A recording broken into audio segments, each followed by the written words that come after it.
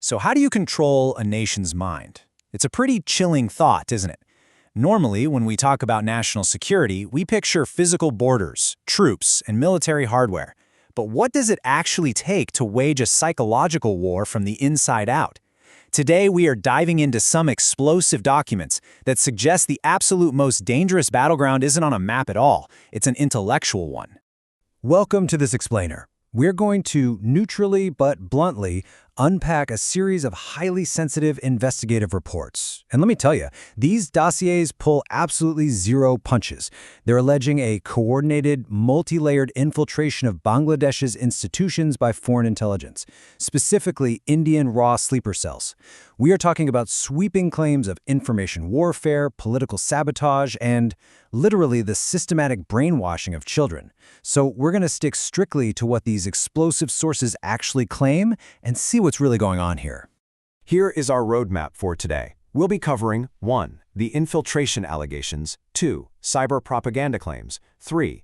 Controlling primary education, 4. Higher education networks, 5. Street-level infiltration, and finally 6. Security countermeasures.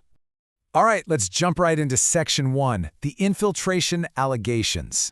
According to the reports, these aren't just wild theories. They are grounded in established intelligence literature.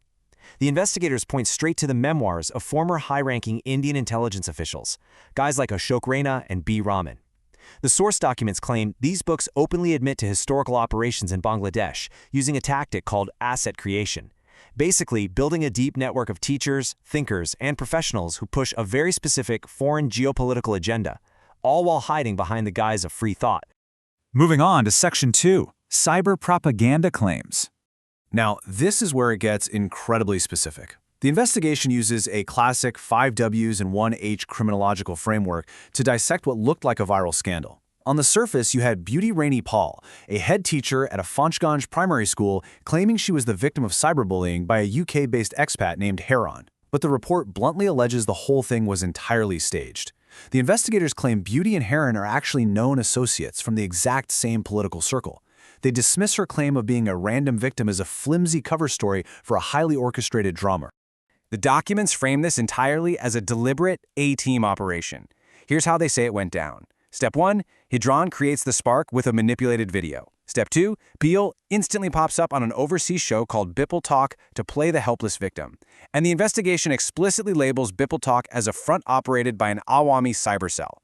Finally, regional handlers, including the Sushanta Das Gupta propaganda cell and certain intellectual figures, allegedly amplified the whole thing internationally.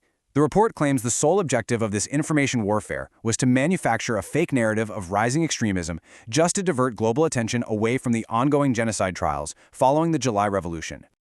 Which brings us to Section 3, controlling primary education. Just imagine sending your kid to school only to find out it might be a political staging ground.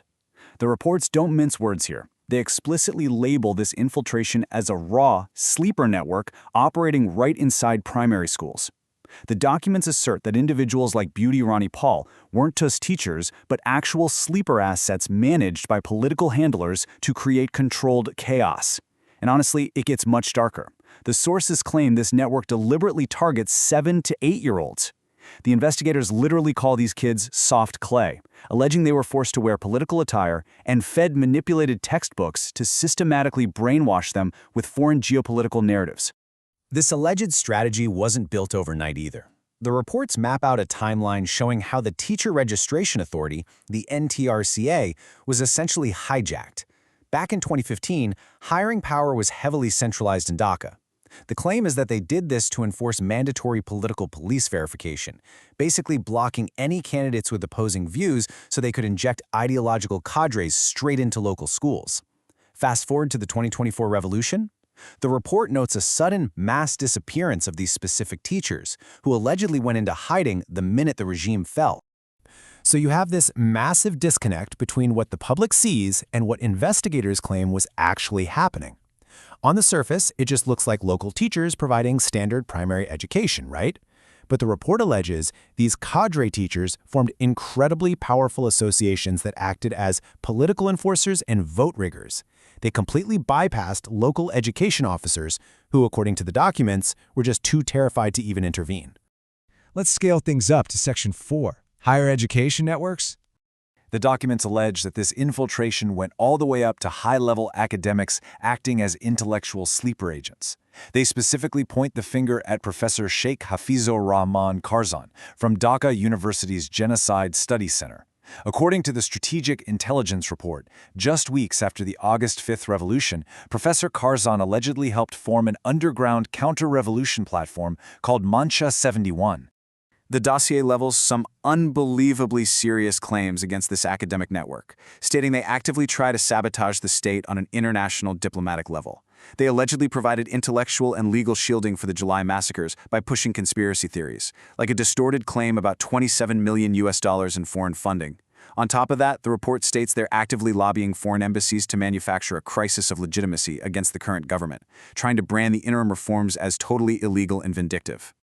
Now let's look at how this supposedly hit the streets in Section 5, street-level infiltration. The sources paint a really grim picture of deliberate sabotage during the July 2026 student protests. While everyone watching the news saw students protesting about delayed HSC exams and severe flooding, the underlying allegation here is that former political cadres, now acting as sleeper cells, were wearing the guise of regular students. Their alleged goal? To use innocent students as human shields, provoke massive clashes with law enforcement, and create controlled chaos to prove the state was failing. This specific detail from the reports really hits the nail on the head. What does it mean when a protesting student cannot even tell a journalist the name of their own college or their roll number?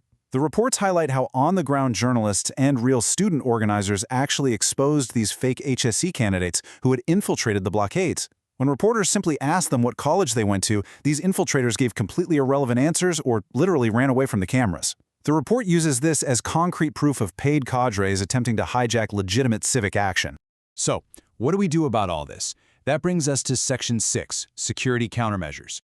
Given the extreme national security risks outlined here, the reports conclude with blunt, actionable demands aimed at completely rooting out this alleged foreign influence. There is no diplomatic language here. They are calling for the CID and the Financial Intelligence Unit to aggressively investigate the bank accounts of implicated academics for offshore intelligence funding. They're demanding strict counterintelligence surveillance on their digital communications, permanent academic dismissals for anyone providing cover for massacres, and the total dismantling of the current NTRCA system to replace it with a merit-based commission free from political police verification. If a nation's most sensitive border is its intellectual border, how can it ensure its classrooms and online spaces remain truly sovereign? This final question really leaves us to consider the profound national security implications of everything we've just covered. The reports we unpack today suggest that the most dangerous threats to a country don't always carry weapons. Sometimes they carry pens, grade papers, or host online talk shows. Whether these blunt claims represent the absolute truth or are part of a larger, complex political reckoning, they definitely encourage us all to critically examine the narrative shaping our institutions.